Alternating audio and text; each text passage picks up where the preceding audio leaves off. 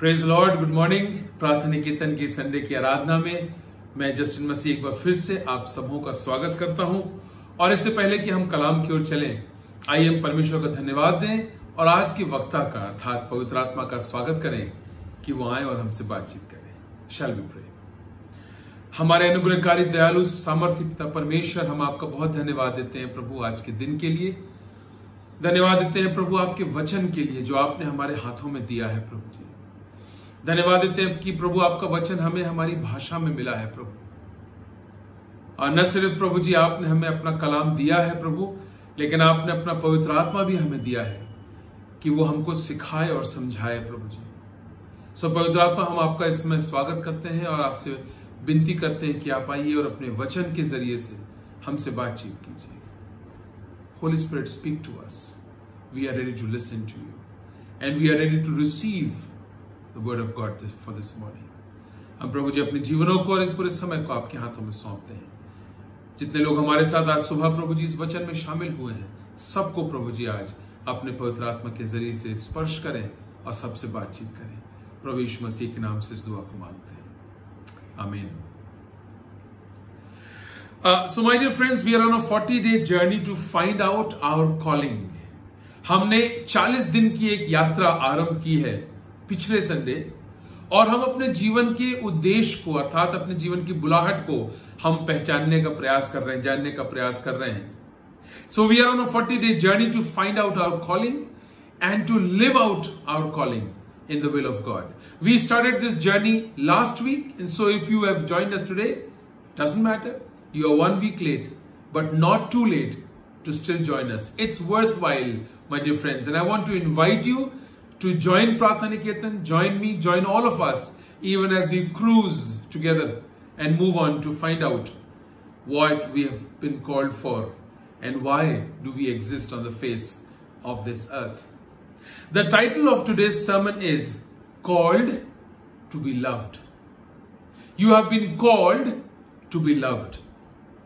हम प्यार किए जाने के लिए बुलाए गए हैं। शायद आपको लगता होगा कि आपके जीवन के बहुत दूसरे बड़े गंभीर उद्देश्य हैं, जरूर होंगे, लेकिन खुदा के कलाम के जरिए से, परमेश्वर के वचन के माध्यम से मैं आपको बताना चाहता हूं कि आप और मैं इसलिए बुलाए गए हैं ताकि परमेश्वर हमसे प्यार कर सके, और हमें इस बात को समझना बेहद जरूरी है। आइए हम उस पद को पढ़ें जहां पर हमको ये बात मिलती है, और वो है इफिसियों की पत्री, उसका पहला अध्याय, और 1 से लेकर के 5 पद पढ़े गए, लेकिन मैं खास तौर से 4थे और 5वें पद पर आपका ध्यान खींचना चाहता हूं। Ephesians chapter 1 and I want to draw your attention to verse 4 and verse 5। Hindi में इस प्रकार से लिखा है, जैसा उसने हमें जगत की उत्पत्ति से पहले उसमें चुन लिया कि हम उसके निकट प्रेम में पवित्र और निर्दोष हों। यह परमेश्वर के बारे में बात की जा रही है कि परमेश्वर ने हमें चुन लिया। कब? जगत की उत्पत्ति से पहले चुना, ताकि हम उसके अर्थात परमेश्वर के निकट प्रेम में पवित्र और निर्दोष हो। So God has chosen us even before the foundations of the earth, that when He looks at us, we may be found holy and blameless, guiltless। 5वां पद, और अपनी इच्छा की सुमति के अनुसार हमें अपने लिए पहले से ठहराया कि यीशु मसीह के द्वारा हम उसके लेपालक पुत्र हो जाएं। इंग्लिश में इस प्रकार से लिखा हुआ है, Ephesians chapter 1 verse 4 and 5। Long ago, when even before God made the world, God loved us. Yeah? So when did God start loving you? Even before the foundations of the earth. Even before God laid the foundations of the earth, He chose to love you.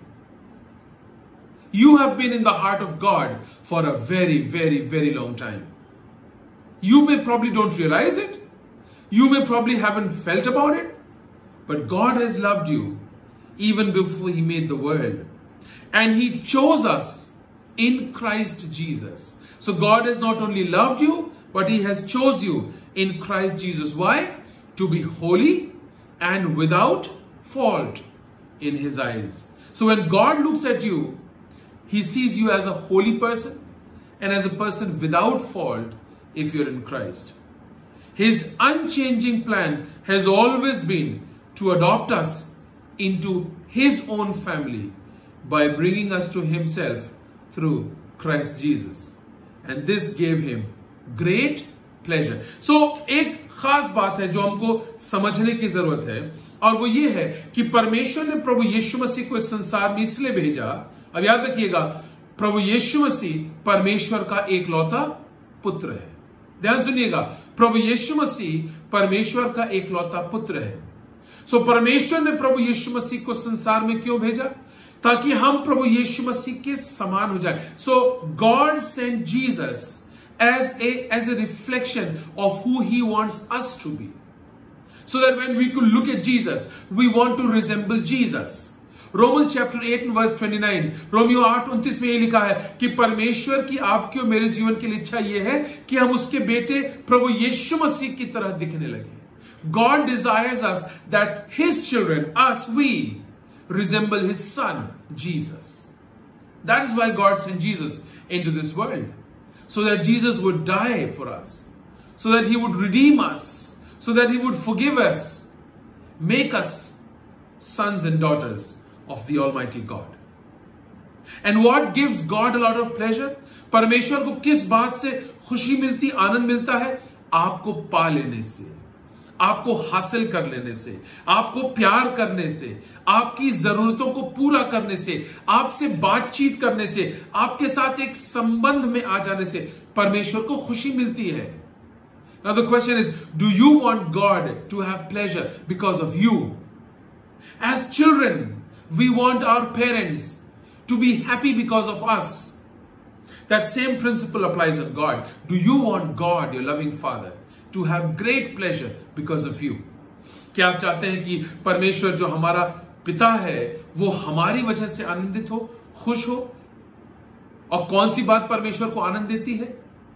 जब आप उसके हो जाते हैं, जब आप उसके पास आ जाते हैं, जब आप उसके प्रेम को अपने जीवन में अनुभव करने लगते हैं, जब आप परमेश्वर के प्रेम के ऊपर आधारित अपने जीवन को जीने लगते हैं, जब आपके शब्दों में परमेश्वर का प्रेम प्रकट होने लगता है, जब आपके जीवन में परमेश्वर के साथ एक संबंध प्रकट होने लगता है, जब वो आपसे बात कर पाता है, जब वो आपके साथ रह पाता है, जब वो आपके साथ एक संबंध में शामिल हो जाता है, इन बातों से परमेश्वर को खुशी और आनंद और एक संतुष्टि मिलती है। So the original and the main and the first purpose for which God created you was to love you.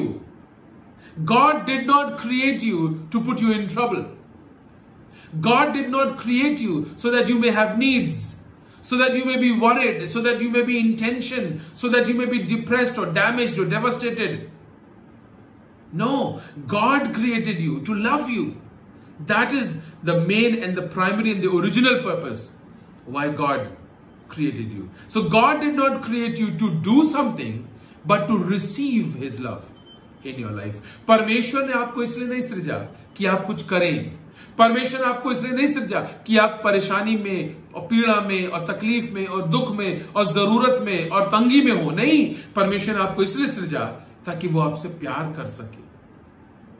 परमेश्वर ने आपको इसलिए सृजा ताकि आप उसके प्रेम को अपने जीवन में अनुभव कर सके, महसूस कर सके। सो यदि आपने अब तक इस बात को नहीं समझा है तो आपको सब कुछ छोड़ करके पहले इस बात को समझना जरूरी है कि इसका क्या मतलब है कि परमेश्वर आपसे प्यार करे। What does it mean when you here that God loves you? What does it mean? इसका मतलब क्या है? इस बात को समझना आज के दिन में आपकी सबसे बड़ी जरूरत है।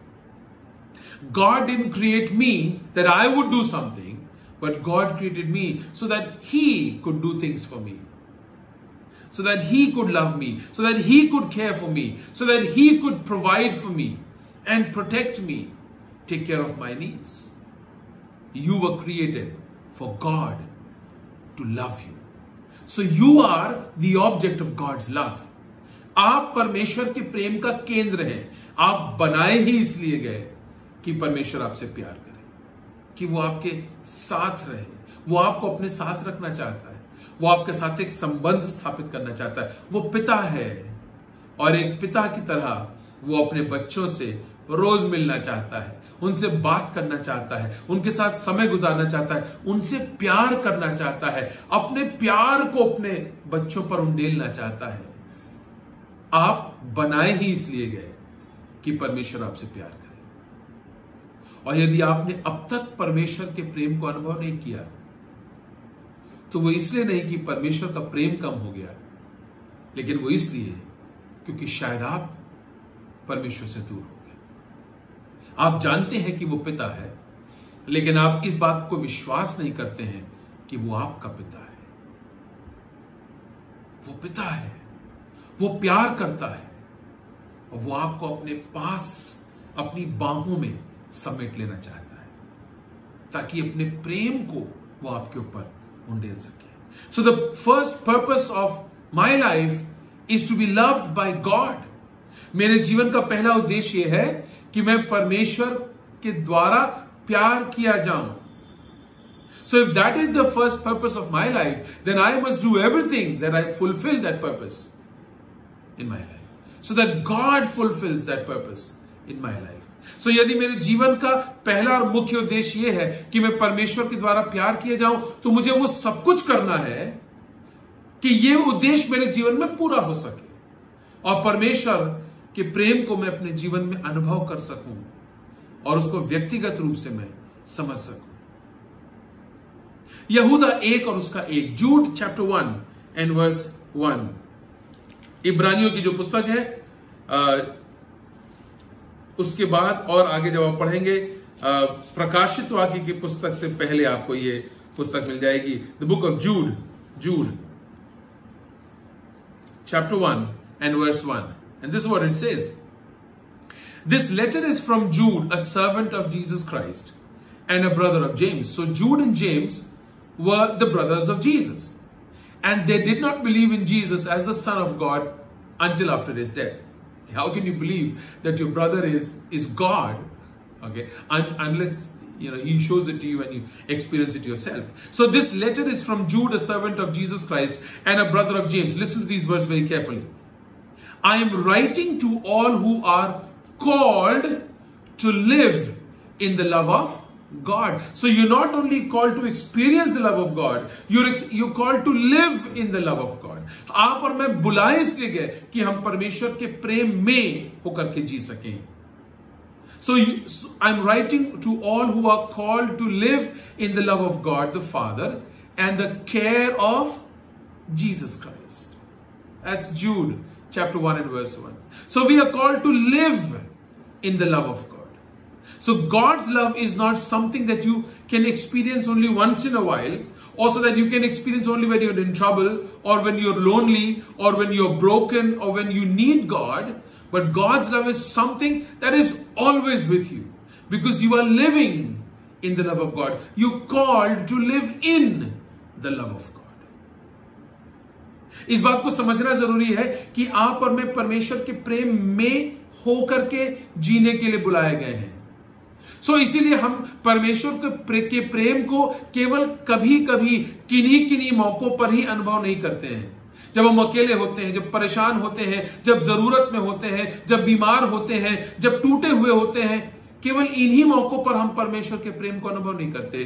परमेश्वर हम इसलिए बुलाया है ताकि हम परमेश्वर के प्रेम में होकर जी सकें, अर्थात जीवन के हर पल में हम उसके प्रेम को अनुभव कर सकें, चाहे हम खुश हों या दुखी हों, चाहे हम स्वस्थ हों या बीमार हों, चाहे बहुतायत में हो चाहे तंगी में हो, हम जीवन के हर पल में परमेश्वर के प्रेम को हम अनुभव कर सकें। सो आप कुछ करने के लिए नहीं बुलाए गए, आप परमेश्वर के प्रेम में जीने के लिए बुलाए गए हैं। आप परमेश्वर से प्रेम को प्राप्त करने के लिए बुलाए गए हैं, और वो सब कुछ प्राप्त करने के लिए जो परमेश्वर अपने प्रेम में होकर के आपके लिए करना चाहता है।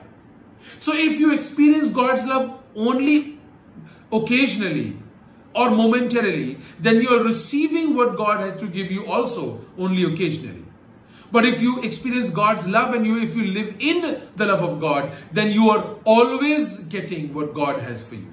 यदि आप केवल कभी कभी किन्हीं मौकों पर परमेश्वर के प्रेम को अनुभव करना चाहते हैं, तो आप परमेश्वर के प्रेम में होकर जो वो आपको देना चाहता है, उन बातों को भी केवल आप कभी कभी किन्हीं मौकों पर ही पा सकते हैं। लेकिन यहूदा 1:1 में लिखा है कि आप और मैं बुलाए इसलिए गए ताकि हम परमेश्वर के प्रेम में जी सके, अर्थात हर पल, हर क्षण, हर रोज, हर दिन, ताकि परमेश्वर अपने प्रेम में होकर जो कुछ हमें देना चाहता है वो हम हर पल, हर क्षण और हर दिन हम प्राप्त कर सकें. So you not called to do something but to receive the love of God and everything else that God has to offer to you through his love, in and through his love. So your first calling, your first purpose is to be loved by God, and your first calling is to enjoy a relationship with God. आपके जीवन का पहला उद्देश्य है कि आप परमेश्वर के प्रेम को अनुभव कर सकें, और आपके जीवन की पहली बुलाहट यह है कि आप परमेश्वर के साथ एक व्यक्तिगत संबंध को स्थापित कर सकें. याद रखिएगा, जिनके साथ आपका व्यक्तिगत संबंध है उन्हीं के साथ और उन्हीं के प्रेम को आप अपने जीवन में अनुभव कर सकते हैं. No personal relationship, no experiencing of love. You want to experience the love of God, you ought to come into that relationship with God. So आपके जीवन की पहली बुलाहट यह है कि आप परमेश्वर के साथ एक व्यक्तिगत संबंध को अनुभव करने के लिए बुलाए गए हैं, ताकि आप उसके साथ एक व्यक्तिगत संबंध को अनुभव कर सकें. किस प्रकार का संबंध? दास का संबंध, मित्र का संबंध नहीं. आप बुलाए इसलिए गए ताकि आप उसकी संतान के रूप में जीवन जी सके. You and I have been called so that we can enjoy a relationship as a son or as a daughter of God, as a child of God. Now let me ask you this question. Why do people want to have children? लोग बच्चे क्यों चाहते हैं अपने जीवन में? You know, why do people want to become parents? So that they can pay their bills, or so that they can pay their fees? क्या हम बच्चे इसलिए चाहते हैं ताकि हम उनकी फीस दे सके, या कि उनके ऊपर पैसे को खर्च कर सके, या और किसी कारण से? नहीं, लोग बच्चे इसलिए चाहते हैं ताकि वो उनसे प्यार कर सके. People want to have children because they want to shower their love upon their children, so that they can enjoy loving their children, so that they can enjoy to have a relationship with their children. You don't have kids so that you can pay for their school fees, or buy them things or spend money on them, or so that you can bear their tantrums, or so that be in trouble when your children grow up. No, people want to have children just for one purpose, and that is to love them. People want to have children because they want to love them. They don't even know what the child is going to do in the future. जब बच्चे हमारे घरों में पैदा होते हैं, छोटे होते हैं, हमारे हाथ के अंदर होते हैं, हम उनसे प्यार करते हैं और हम चुनाव करते हैं कि हम अपने बच्चों से प्यार करेंगे चाहे जो कुछ हो जाए. हमें पता भी नहीं होता है कि वो बच्चे जब बड़े होंगे तो क्या करेंगे. हमें पता भी नहीं होता है जब वो बच्चे बड़े होंगे हमसे प्यार करेंगे कि नहीं, लेकिन हम उनसे प्यार करेंगे. ये चुनाव हम करते हैं, ये निर्णय हम लेते हैं. आपने कभी सुना है माता पिता को ये कहते हुए, भैया क्या करें, हमारा लड़का है तो बहुत बिगड़ा हुआ, लेकिन है तो हमारा बेटा है. What to do, brother? After all, he is my son. After all, she is my daughter. And my love, listen carefully. A parent's love for a child does not depend upon what the child is doing, but it depends upon the decision that the parents took to love the child. एक माता पिता अपने बच्चों से प्रेम इसलिए नहीं करते हैं क्योंकि बच्चे प्रेम के लायक होते हैं. वो इसलिए प्रेम करते हैं क्योंकि उन्होंने इस बात का निर्णय लिया और चुनाव किया कि वो अपने बच्चों से प्यार करेंगे, बच्चे चाहे जैसे क्यों ना हो जाए. That is the love of a father, and that is the kind of love that God wants to bestow upon you. He wants you to come into a relationship, a close, knit, intimate, one-on-one, face-to-face relationship with God. That is what God desires. That is the kind of love God wants to shower upon you. And He wants you to come into that relationship. इस बात को समझना मेरे भाइयों बहनों बहुत मुश्किल नहीं है. खासतौर से आप जो माता पिता हैं, आपके लिए बात को समझना मुश्किल नहीं है. परमेश्वर आपसे प्रेम क्यों करता है? इसलिए क्योंकि आप उसकी संतान है, और उसने आपसे प्रेम इसलिए किया है ताकि वो आपको अपने नजदीक बुला सके. यही आपके जीवन की पहली बुलाहट है कि हम उसके साथ एक व्यक्तिगत संबंध में रह सके. बहुत सारे लोग उसके साथ किसी प्रकार का संबंध रखना ही नहीं चाहते, और उसके साथ किसी प्रकार का कोई रिश्ता रखना ही नहीं चाहते. Many people do not have any desire to be in a relationship with God. They don't want to be in a relationship with God. Imagine how you would feel when your child would come to you and say, Dad, I don't want to be in a relationship with you. I don't want to love you. I don't want you to love me. I don't want to be with you. I'm going away. How would you feel? Parents, fathers, mothers, how would you feel? That's exactly how God feels when you don't want to be in a relationship with God. When you don't want to love God and when you don't want God to love you. जब आप परमेश्वर से प्रेम नहीं करते और आप नहीं चाहते कि वो आपसे प्रेम करे और आप उसके साथ किसी प्रकार के संबंध में या रिश्ते में रहना नहीं चाहते, जिस तरह से आप महसूस करते हैं वैसा ही परमेश्वर पिता महसूस करता है. His heart breaks to see that his children don't want to be in a relationship. And God has called you to love you, and so that you can be in a relationship with Him. And He wants to be in that relationship with you. But there are many people who don't want to be in a relationship with God. They don't want to be in a relationship with the one who created them in the first place. And therefore today I am offering you Jesus. Receive Him in your life. मैं आपको आज की सुबह प्रभु यीशु मसीह देना चाहता हूं. वही है मेरे पास. मैं आपको और कुछ नहीं दे सकता. आई एम ऑफरिंग यू जीसस. मैं आपको यीशु मसीह दे रहा हूं. प्रभु यीशु मसीह को स्वीकार कर लीजिए. वो आपसे प्यार करता है और वो आपके साथ एक व्यक्तिगत संबंध में. That's the kind of love that God has for you, and I am offering you that love of God through Jesus Christ our Lord. रोमियो 1 और उसका 7 मेरे साथ निकालिएगा. रोमियो की पुस्तक और उसका पहला अध्याय और उसका 7वां पद में आपके लिए पढ़ रहा हूं. यहां इस प्रकार से लिखा हुआ है, उन सब के नाम जो रोम में परमेश्वर के प्यारे हैं और पवित्र होने के लिए बुलाए गए हैं, हमारे पिता परमेश्वर और प्रभु यीशु मसीह की ओर से तुम्हें अनुग्रह और शांति मिलती रहे. Paul says to the people in Rome, dear friends in Rome, God loves you dearly and He has called you to be His very own people. God loves you dearly, and that Paul is not telling only to the people in Rome. Paul is also telling you this morning, God loves you dearly and He has called you to be His very own people. God has called you into a relationship to be His son or His daughter.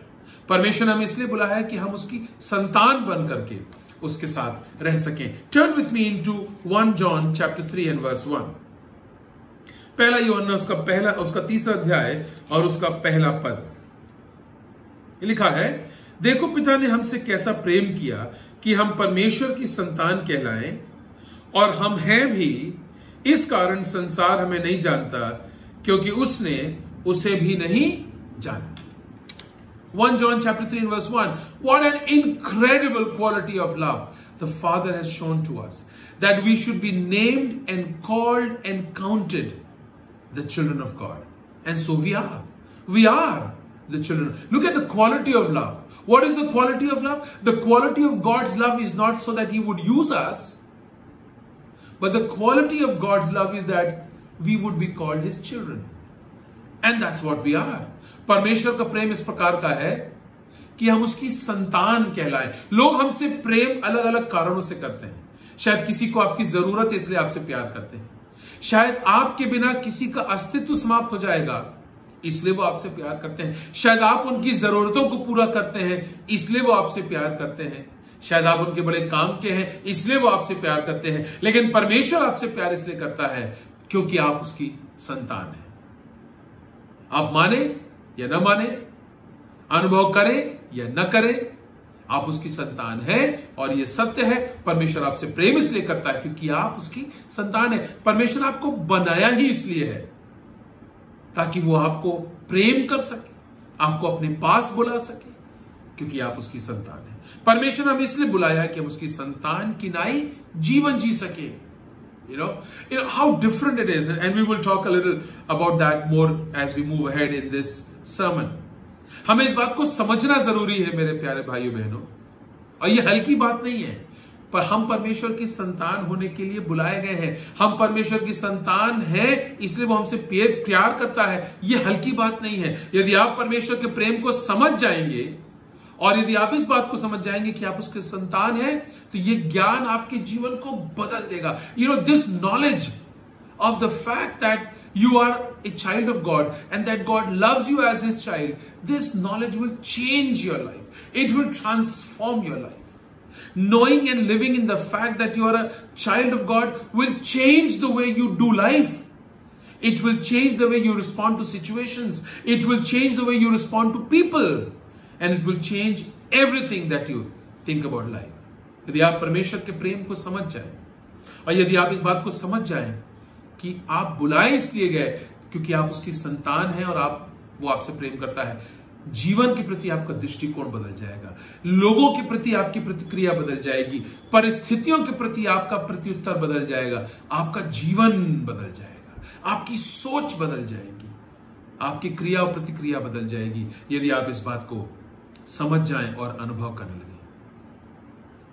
मेरे प्यारे भाई बहनों, आप चाहे कोई भी क्यों ना हो, यदि परमेश्वर ने प्रेम करने के लिए आपको बुलाया है और यदि परमेश्वर के प्रेम ने आपके जीवन को बदला नहीं है, आपने अभी तक उसके प्रेम को समझा नहीं। If God's love has not transformed your life, you have not got it yet, you have not experienced it yet, you have not understood it yet. यदि आप परमेश्वर के प्रेम को समझ लेंगे और उसको अनुभव कर लेंगे, आपका जीवन बदल जाएगा और वो बदलाव दिखने लगेगा। इफिशियंस चैप्टर 3 वर्स 17 to 19, इफिसियों की पुस्तक और उसका तीसरा अध्याय और उसका 17, 18 और 19 पद। देखिए यहां क्या लिखा हुआ है।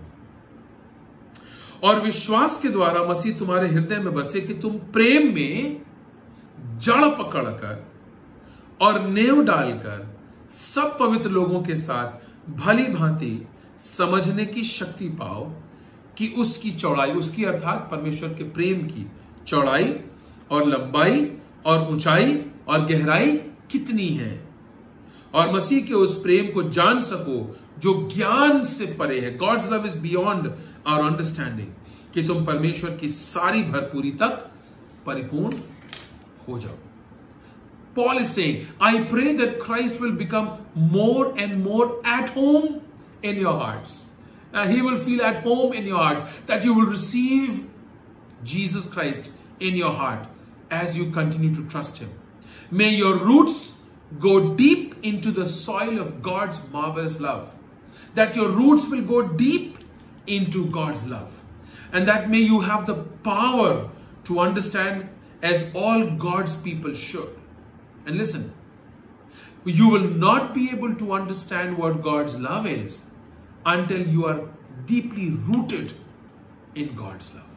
यदि आप परमेश्वर के प्रेम को समझना चाहते हैं तो वो आप तभी समझ पाएंगे जब आप उस प्रेम में जड़ पकड़े हुए हो, जब आपकी नेव परमेश्वर के प्रेम में हो। याद रखिएगा, यदि आपके जीवन की नेव, बुनियाद परमेश्वर के प्रेम में है, तो आपके जीवन की इमारत जो खड़ी होगी या जो जीवन रूपी वृक्ष जो खड़ा होगा, कैसा मजबूत होगा।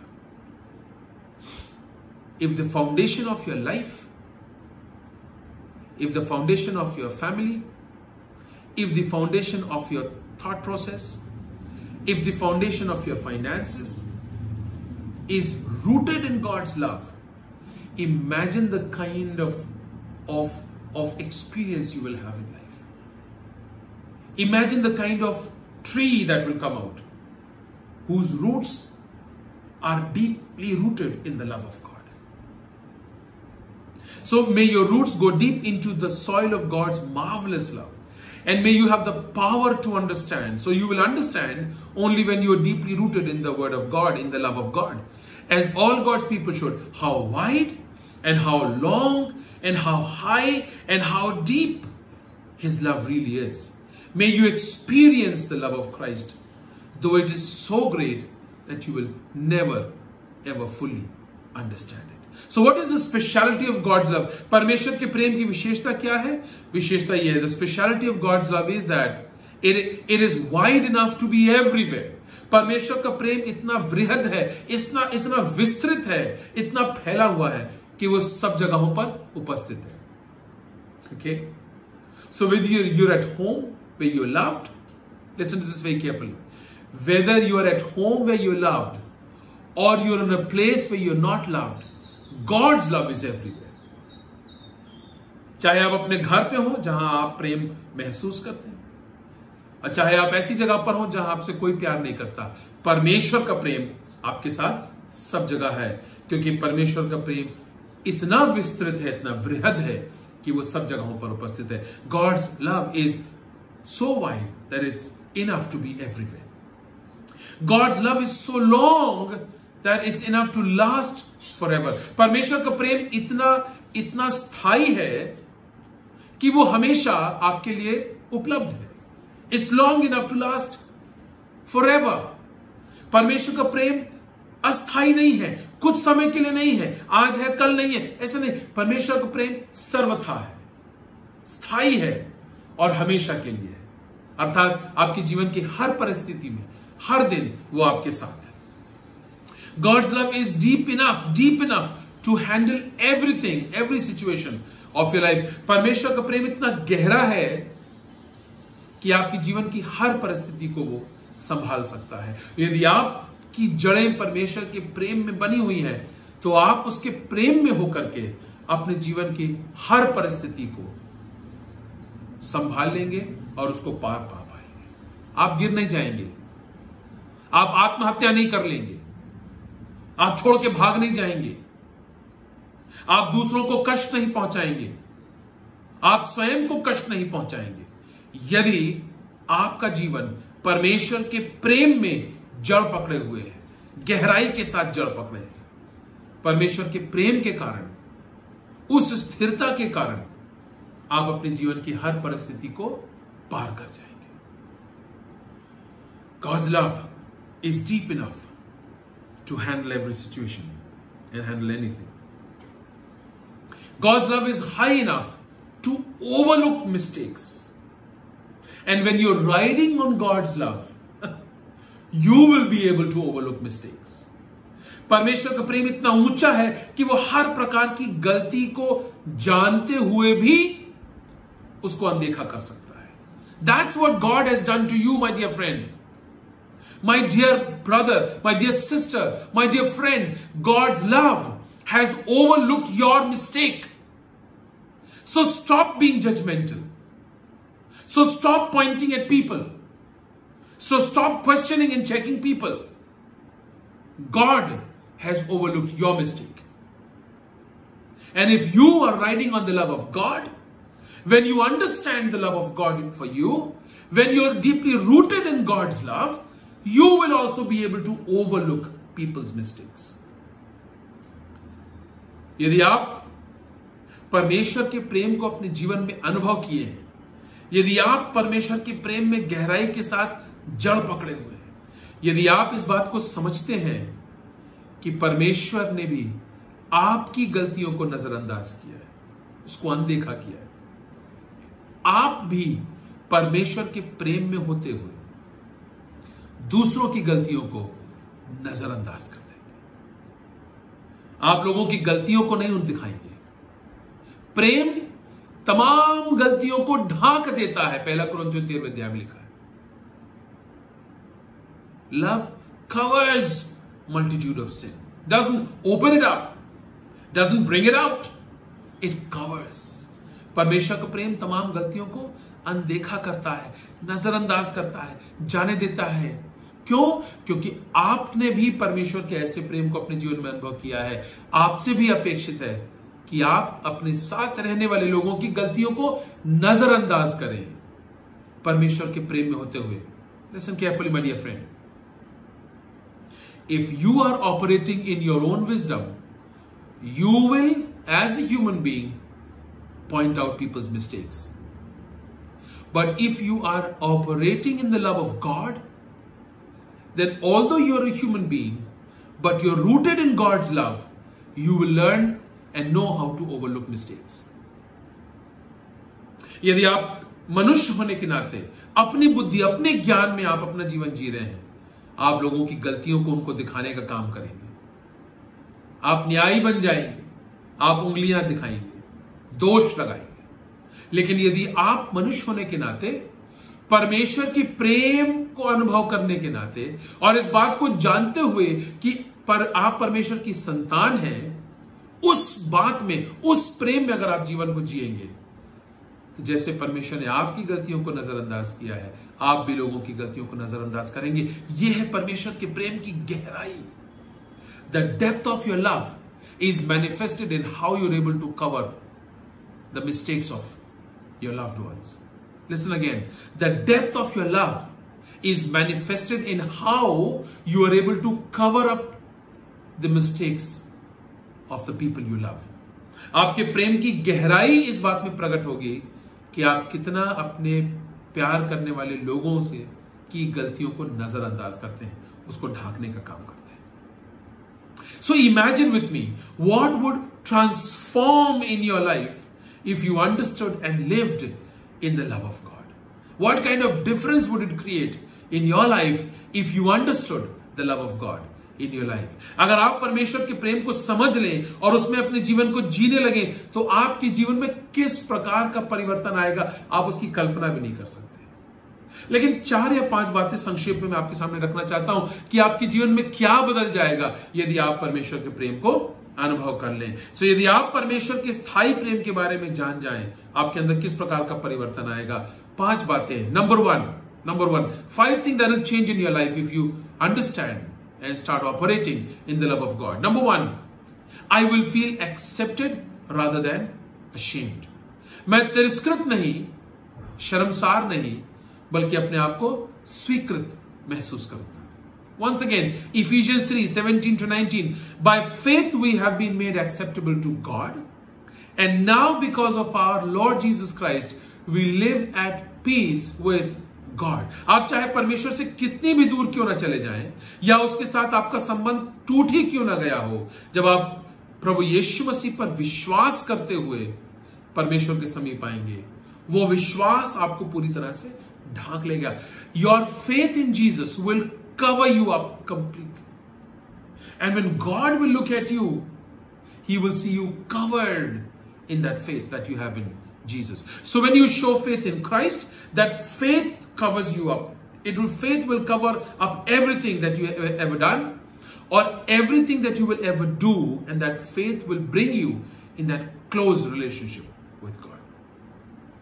यदि आप प्रभु यीशु मसीह पर विश्वास करके परमेश्वर के पास आएंगे, तो प्रभु यीशु मसीह पर आपका विश्वास आपकी तमाम गलतियों को ढांक देगा।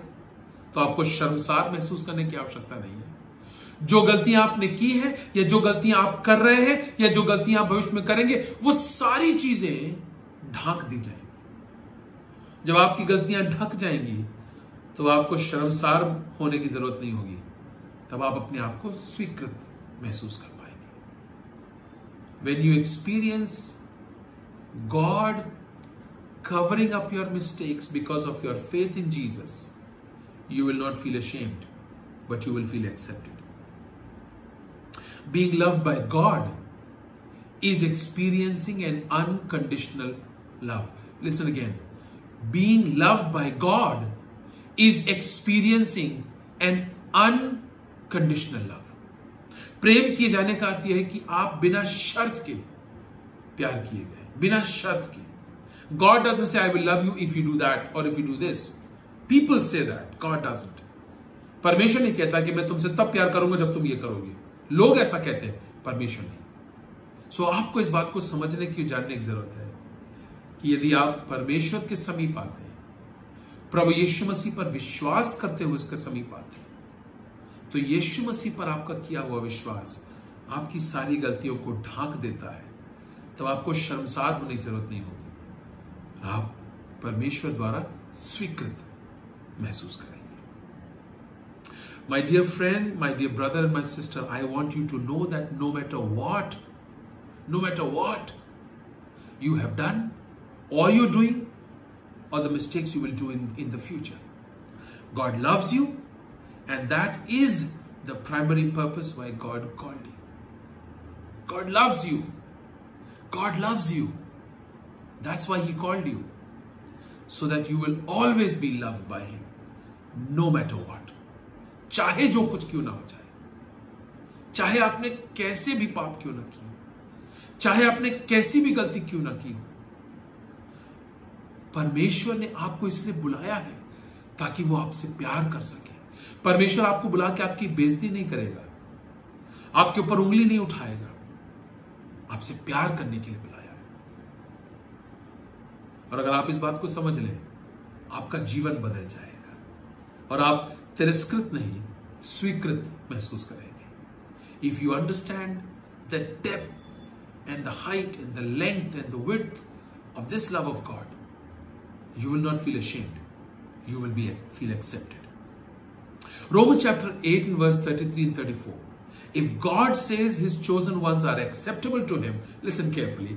If God says his chosen ones are acceptable to him, can anyone bring any charge against them? Or can anyone condemn them? No, indeed. जब परमेश्वर आपको माफ कर रहा है, जब परमेश्वर आपकी गलतियों को आपके ऊपर जाहिर नहीं कर रहा है, तो क्या कोई है जो आपकी गलती आपके ऊपर जाहिर कर सके? कदापि नहीं।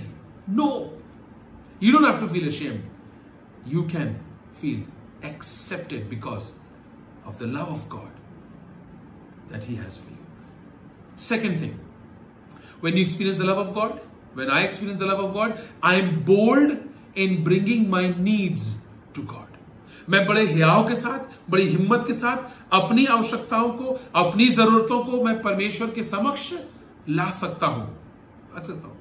अगर मैं आपसे पूछूं कि आपकी जरूरतें क्या हैं, व्हाट आर योर नीड्स?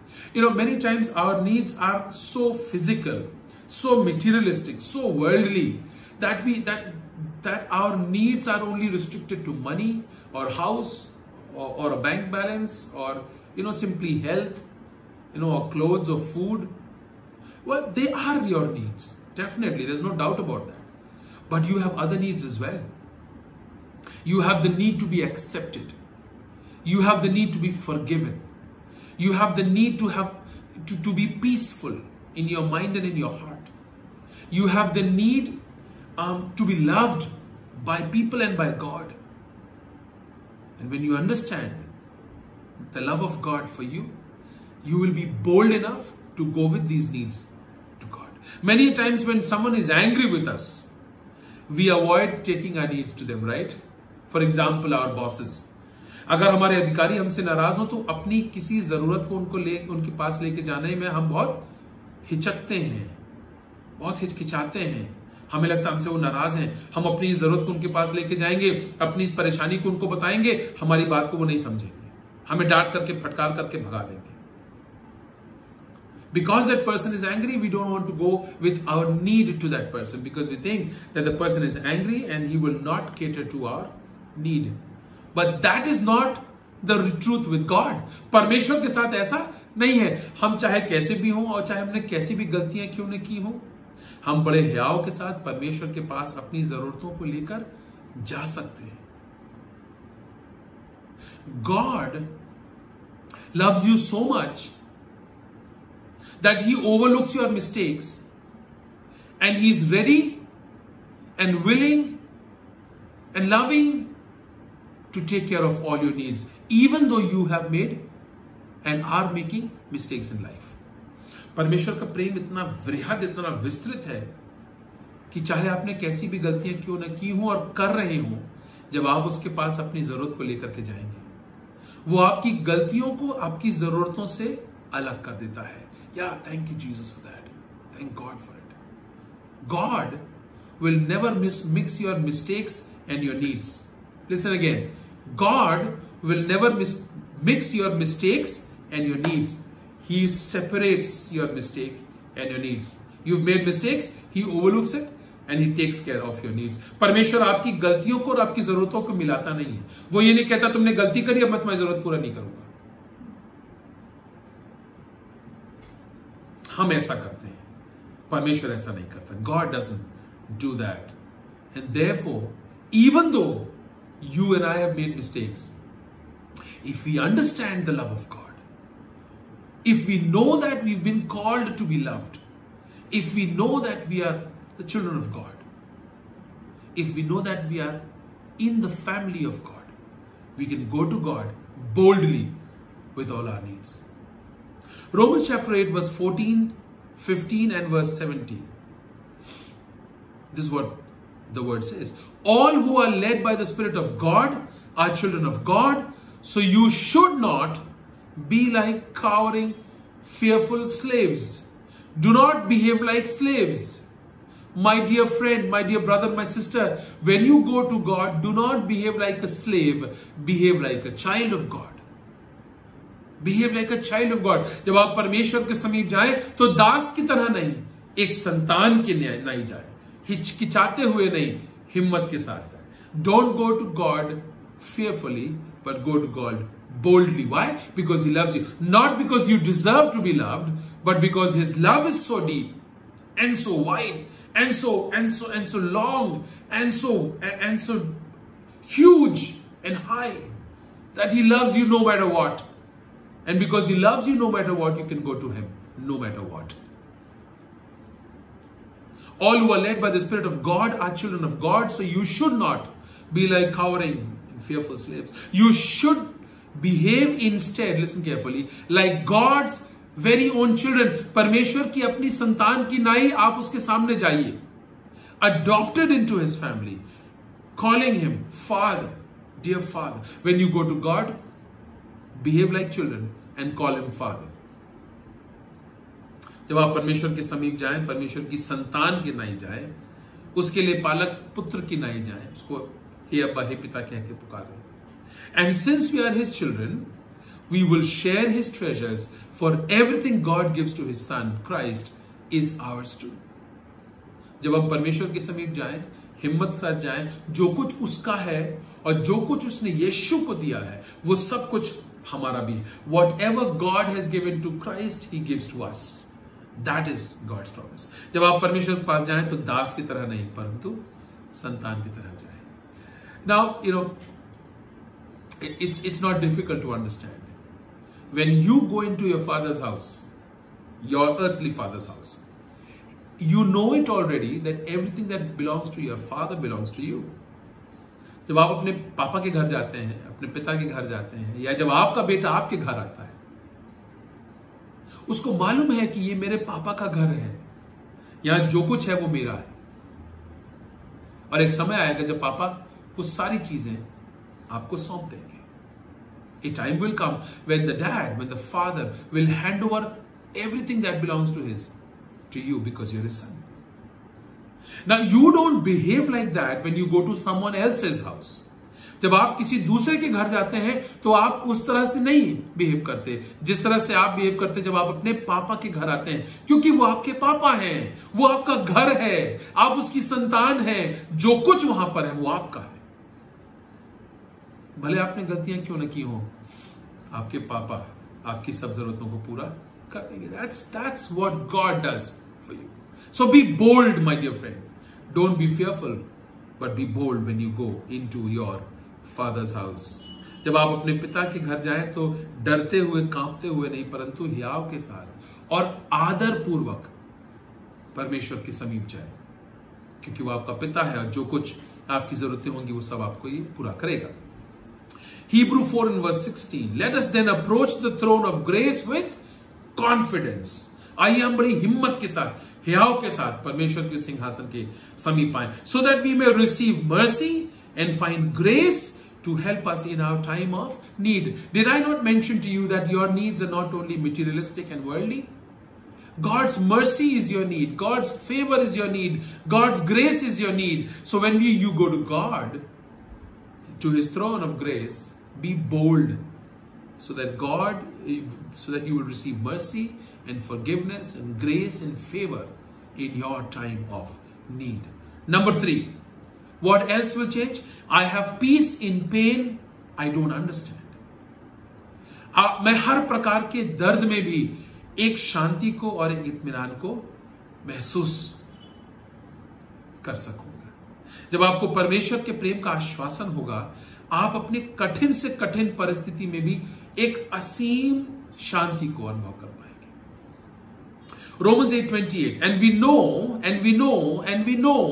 हम जानते हैं कैसे जानते हैं? हमने पढ़ा है। और कैसे जानते हैं? हमने अनुभव किया है। कितनी बार? अनगिनत बार। क्या सिर्फ हमने अनुभव किया है? नहीं, हमने लोगों के जीवनों में भी देखा है। हम जानते हैं। We know it. How? Only by reading? No, because we've experienced it. Have we only experienced it? No, we have seen it in the lives of other people as well. What?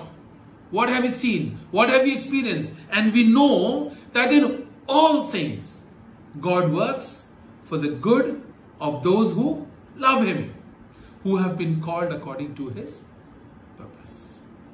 Who have been called according to His purpose. हम जानते हैं कि जो लोग परमेश्वर से प्रेम करते हैं, जो उसकी इच्छा के अनुसार बुलाए हुए हैं, उनके जीवनों में सारी बातें, और इन सारी बातों में आपकी परेशानियां भी हैं, आपके कष्ट भी हैं, आपकी चिंताएं भी हैं, सारी बातें अंत में भलाई ही को उत्पन्न करेंगी।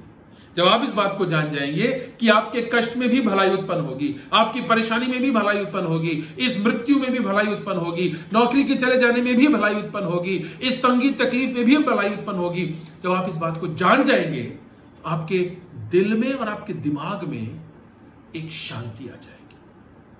When you know that everything will eventually turn out for your good, you will be filled with a peace in your mind and in your heart, and that peace is from God. और परमेश्वर आपको केवल बौद्धिक शांति ही नहीं देगा, परमेश्वर आपके दिल को शांत कर देगा। God will not only give you a peace of mind, because you can find peace of mind temporarily through many different ways in this world. आप अपने दिमाग को शांत करने के लिए इस संसार में क्षणिक रूप से, अस्थायी रूप से बहुत सारी चीजें कर सकते हैं, जिससे आपके मन को शांति मिल जाए, आपके दिमाग को शांति मिल जाए। कुछ लोग शराब पीने लगते हैं, कुछ लोग ड्रग्स करने लगते हैं, कुछ लोग और दूसरी चीजों में व्यस्त हो जाते हैं, कुछ लोग इतना काम में अपने आप को फंसा लेते हैं कि उनका दिमाग काम में लगा रहता है और परेशानियों की ओर नहीं जाता है। सो बहुत सारे तरीके हैं जिनसे आप दिमाग की शांति आप संसार में पा सकते हैं, लेकिन वो अस्थायी है, क्षणिक है, समाप्त हो जाएगी। परमेश्वर इसलिए केवल आपके दिमाग को ही नहीं, आपके दिल को भी शांत करता है। That is the promise of God, and that is what will change in your life if you experience the love of God in your life, and if you know that you have been called to be loved by God. Number 4, what else will change? I gain the courage to take risks. मैं जोखिम उठाने के लिए हिम्मत जुटा पाता हूं। I am ready and willing to take risk if I know that God is with me. That I love God, that God loves me, that I'm His child, that no matter what, God is with me, that His love will overlook my mistakes. I will have the confidence to take risks in life. यदि मैं इस बात को जानता हूं कि परमेश्वर मुझसे प्यार करता है, मेरी गलतियों के बावजूद वो मुझसे प्यार करता है, अपने प्रेम के कारण मेरी गलतियों को नजरअंदाज करता है, मेरे अंदर हिम्मत आएगी कि मैं आगे बढ़ सकूं और जोखिम उठा सकूं। अकेला ही आगे बढ़ जाऊं क्योंकि परमेश्वर मेरे साथ में। 1 John chapter 4 and verse 18. There is no fear in love. There is no fear in love. प्रेम में किसी प्रकार का डर भय नहीं होता, but perfect love. And whose love is perfect? God's. So human love will always cause fear. God's love drives out fear, removes fear. Perfect love drives out fear, because fear has to do with punishment. Fear has to do with punishment. So when there is no fear, there is no fear of punishment. And love supersedes everything else. परमेश्वर का प्रेम सारी चीजों को ढांक लेता है. So when you have the assurance of the love of God, and you know that no matter what, God is with you, you will have the courage to take risk. You will have the courage to move on even though you are alone. आप अकेले भी क्यों ना हो, परमेश्वर की उपस्थिति से आपको ये हिम्मत मिलेगी, उसके प्रेम से आपको ये हिम्मत मिलेगी, और उसका प्रेम आपको चारों ओर से घेरे रहेगा, और ये ज्ञान आपको हिम्मत देगा, ये अनुभव आपको हिम्मत देगा कि आप आगे बढ़ सके, जोखिम उठा सके। और यदि हम हार भी जाएं तो भी हमें इस बात का आश्वासन है, चाहे जो कुछ भी क्यों ना हो जाए, परमेश्वर का प्रेम कभी कम और खत्म नहीं होता। And the last thing, what else will change? I worship instead of worrying. मैं चिंतित होने के बजाय आराधना करने लगूंगा. When I have the assurance that God loves me, listen, when you have the assurance that God loves you, when you have the assurance that no matter what you've done or are doing or will do, that God's love will not fade away. God will not stop loving you. Listen, you cannot do anything to stop God from loving you. You cannot do anything that God stops loving you. And if you know that, if you've experienced it, then you will stop worrying about situations and you will start worshiping God. You will start thanking God. जब आपको इस बात का अनुभव होगा और आश्वासन होगा और हियाव होगा कि परमेश्वर आपसे प्यार करता है, कि आप उसकी संतान हैं, और चाहे जो कुछ क्यों ना हो जाए, चाहे आपने कैसी भी गलतियां क्यों ना की हो, चाहे आपने कैसे भी पाप क्यों ना किए हो, कर रहे हो या करेंगे, परमेश्वर का प्रेम आपकी गलतियों को नजरअंदाज करेगा और परमेश्वर का प्रेम कभी कम नहीं होगा, कभी खत्म नहीं होगा, आपकी परिस्थिति चाहे जैसी भी क्यों ना हो. यदि आपको इस बात का अनुभव है तो आप चिंतित होने के बजाय परमेश्वर की आराधना करने लगे. You will stop worrying. You start worshiping. You will start worshiping. You know what is worship? Worship is telling God you love Him. Worship is not simply singing songs to God. It's singing songs of love to God. Worship is telling God, God, I love you. जब आराधना क्या है? परमेश्वर से कहना, प्रभु मैं तुझसे प्यार करता हूं. तेरे प्रेम के कारण प्रभु मैं तुझसे प्यार करता हूं. Gospel of Matthew chapter 6 and verse 33 and 34. So don't worry about having enough food or drink or clothing. He, God, will give you all you need from day to day if you live for Him. And make the kingdom of God your primary concern. So don't worry about tomorrow. कल की चिंता मत कीजिए. For tomorrow will bring its own worries. कल अपनी चिंता खुद लेकर के आएगा. Today's trouble is enough for today. Romans 6:13. Give yourself completely to God since you have been given new life. आपको नया जीवन मिला है. इस जीवन को परमेश्वर को सौंप दीजिए. अपने आप को पूर्ण रूप से उसको समर्पित कर दीजिए. अपने आप को पूर्ण रूप से परमेश्वर के हाथों में सौंप दीजिए. Gospel of John chapter 1 and verse 12. To all who believed Him and accepted Him, Jesus gave the right to become children of God. That's powerful. यूहन्ना 1 और उसका 12. जितनों ने उस पर विश्वास किया, जितनों ने उसको स्वीकार किया, उसने उन्हें परमेश्वर की संतान होने का अधिकार दिया. You have the right to become children of God. And when you become the children of God, then you get all the rights and the privileges of a child of God. But that story of becoming a child of God begins with surrendering yourself to God through Jesus Christ. जितनों ने उस पर विश्वास किया, उसने उन्हें परमेश्वर की संतान होने का अधिकार दिया.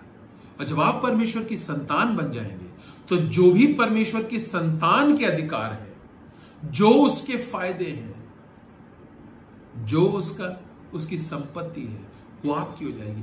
परमेश्वर की संतान होने का अधिकार आपको मिल जाएगा. आप उसको हे अब्बा और हे पिता कह के पुकार पाएंगे.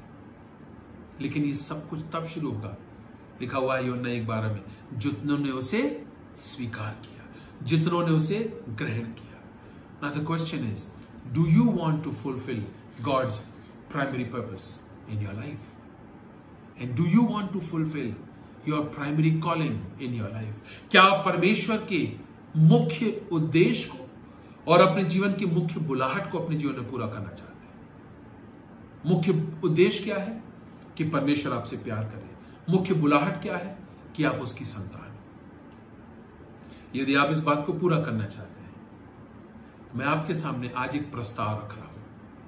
प्रभु यीशु मसीह को अपने जीवन में स्वीकार कर लीजिए. Receive Jesus. Receive Jesus. For all those who receive Jesus get the right of becoming a child of God. जो यीशु को स्वीकार करेगा, परमेश्वर की संतान होने का उसको अधिकार मिल जाएगा। My dear brother, my sister, my friend, I want to invite you to Jesus this morning. आज की सुबह मैं प्रभु यीशु मसीह के पास आपको बुलाना चाहता हूं। एक न्योता है जो मैं आपको देना चाहता हूं, और यह न्योता आपके लिए खुला हुआ है। अगर आपने अब तक प्रभु यीशु मसीह को स्वीकार नहीं किया है, आज आपके पास मौका है।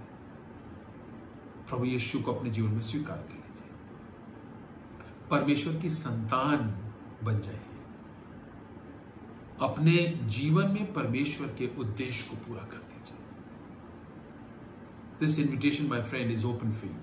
My brother, my sister, my young ones, youngsters, elderly people, adults, old people. This invitation is open for you. Receive Jesus and become a child of God.